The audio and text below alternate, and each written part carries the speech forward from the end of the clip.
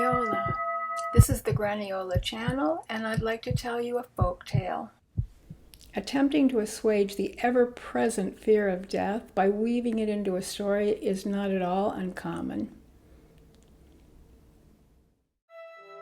Although there are many stories about evil and scary dead, there are also some about grateful dead. The Locket tells the tale includes one of the latter. In a small port city, there lived a very hard-working man who was a trader. He started when he was young to travel the world, and he made a great fortune. He was happy with his life and grateful for everything that he had. He had one child, a son, who, when he reached the age of 18, decided, not surprisingly, that he would like to be a trader like his father. The older man was delighted and gave his son not only a ship, but cargo to sell to begin his new life. The young man was happy-go-lucky and at the same time very productive. He's the type of person that you see more often in stories than in real life. Even though all of their neighbors took for granted the gift of the ship and the goods, the young man himself was happily surprised and very grateful. On his first voyage, he followed the advice that his father had given him and quickly, easily, and profitably sold all of the goods that he had with him. Being a bit ahead of the schedule that he had planned, he had a few extra days in the last port that he visited to do some sightseeing. Walking down the cobblestone streets in that quaint town, he saw in front of him a pack of ravenous dogs biting and scratching and piling on top of each other. He approached, running and shouting, and when he did, the animals scattered, and he saw that what they had been clawing and jumping upon was a dead human being. Distraught, he went from door to door trying to find family members or a friend who knew the man in the street. One of these people told him that the man had died in penury and because he had left no money to pay for his funeral, had been thrown out into the streets for the dogs to eat. The young man was shocked that any human being could be treated so badly. He offered to pay for the funeral services and any debts that the man had outstanding. Once this was done, he could not stand to stay in that place any longer and, with his captain, turned his ship toward home. Once back on the high seas, they saw a ship with black sails on the horizon. The sound of loud moaning seemed to be emanating from it. The young man asked his captain to maneuver their ship alongside of the other.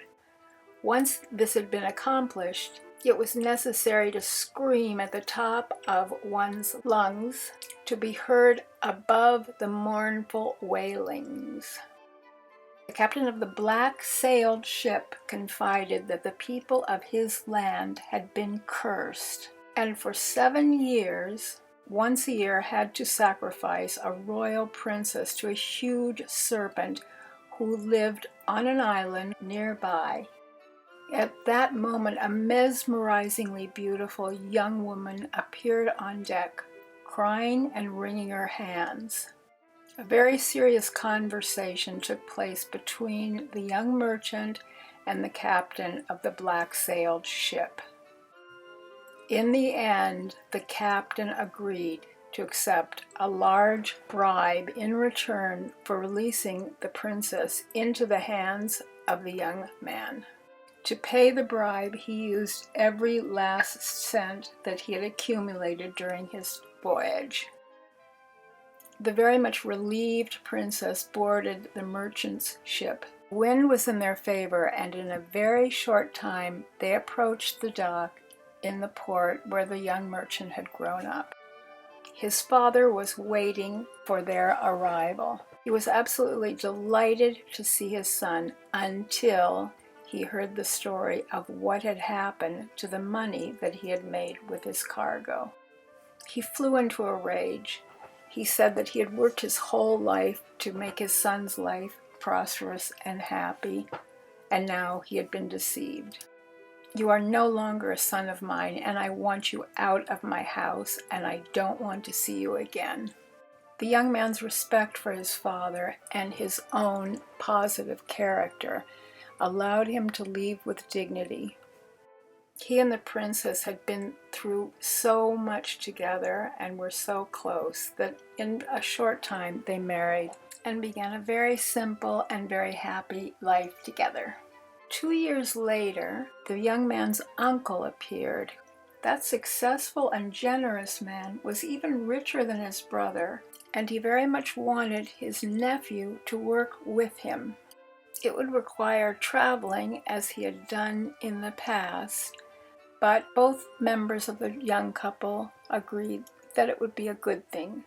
His wife, the princess, took a gold chain from which hung a locket holding a portrait of herself, and lovingly hung it around his neck. The time of year, the currents, and the wind being almost identical to those when he had made his first voyage, the young man found himself unintentionally approaching the place where his wife had been born. He landed there and did a very good business trading. By law, one of the king's ministers was always in attendance when the local people traded with foreign merchants. This man had worked with the king for years, and he recognized immediately the locket with the picture of the princess. Running to the king, he explained what he had seen. The king anxiously started questioning the young merchant about his daughter. Having no idea that he was speaking to his wife's father, the boy answered that he couldn't supply any information at all. Enraged, the king commanded that he be put in jail. Even after months of living in a dark, dank cell, the young merchant's personality remained as it always had been, sunny and generous. The jailer, who brought him his food every day, often stayed near his cell, chatting.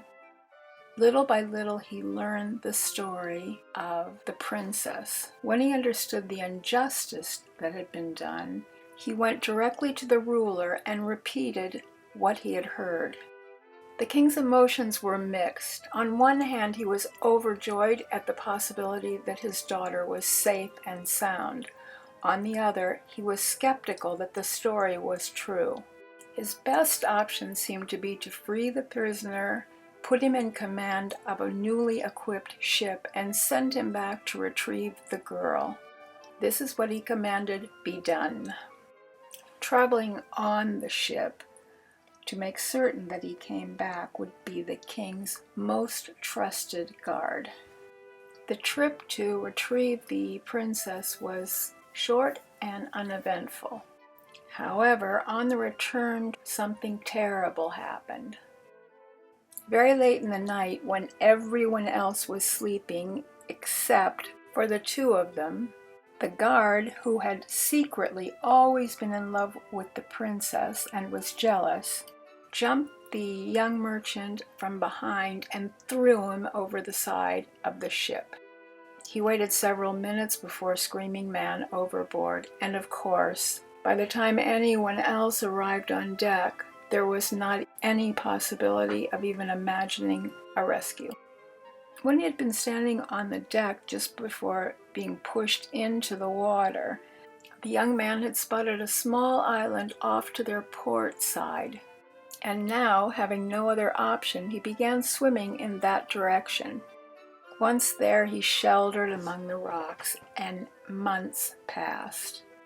Just as he had when he was in jail, he maintained his good humor. Until one night it sounded like he heard someone chanting his name. He became seriously worried that he was imagining things and was losing his mind. After 2 sleepless nights of hearing his name repeated over and over again, he finally blurted out, "Who's calling my name? Please, if you're there, show yourself." At that, a dark and dirty, ragged being rose up before him. I was the man whose body you saved from the ravenous dogs. Because you paid for a proper funeral for me, I was able to go to heaven. You cannot know this, but when your wife reached her birthplace, her father was so grateful that against her will, he promised her hand in marriage to that dastardly guard who pushed you over the railing into the ocean. I can help you to get there before that happens. I'm willing to do this if in 1 year and 1 day you promise to give to me a part of all that belongs to you and your wife. They reached an agreement, and literally minutes later, the young merchant, who by this time looked like a wild animal, was knocking on the gates of the king's palace. The soon-to-be remarried princess happened to be looking out of her window and saw what looked like an animal wearing a golden necklace. Without thinking, she ran down to the gate and saw her thin, dirty, and now unshaven husband. Naturally, everyone in the principality was waiting for the wedding ceremonies to begin, and when they saw her take the disheveled creature into the palace with her, they were shocked. People are critical of what they don't understand, and the young woman realized that she would have to present her case to her father and his subjects. After she had helped her husband bathe and dress, she addressed them. She said, "I have lost the old key that opens my treasure box. Do you loyal people who stand before me believe that I should keep searching for the key, or give up the search and use a new key that's at hand that doesn't really fit the lock and probably won't open the treasure chest?" The people, who were both flattered that she had asked for their assistance and wanted very much to show that they were able to help her, unanimously agreed that she should keep looking for the old key. The princess smiled softly to herself. In her mind, the old key was her husband, and the new key was the proposed groom. She motioned to her husband to step in front of the crowd. "This is the old key." All of the people in the crowd clapped and smiled, except for the guard, who paled with fear, and the king, who turned red with rage. The angry father shouted, "Build a fire and burn him." For a moment, everyone was shocked and quiet, thinking that the king was referring to the merchant. When he pointed to the guard, everyone cheered. The reunited couple imagined that they could not have been happier, but this wasn't true, because a short time later they had a son born to them, and they were doubly happy.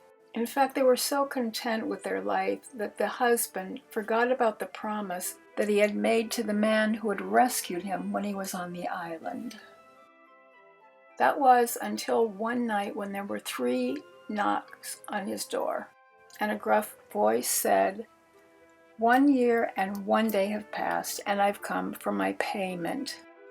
"Yes, yes," stammered the husband, "come in. I certainly owe you a share of our riches. Come in while I gather them together." The moment the other entered the room, he laid eyes on the small baby. "Do not bother to wrap up the other things. I want a share of that child. With your sword, I would like you to cut off a portion which you believe is my due." The merchant, who had lived his whole life following his own code of honor, knew that he could not break a promise. He was desperate, but he raised his sword, and just before he let it fall, the dead one said to him, "Stop. I can see that you are truly a man of honor, and that no matter how difficult it is for you, you're willing to keep your word. I've not forgotten the burial you gave me, and I think our score is even." And so it was that the merchant's act of kindness toward a person he didn't even know was repaid to him in his own lifetime.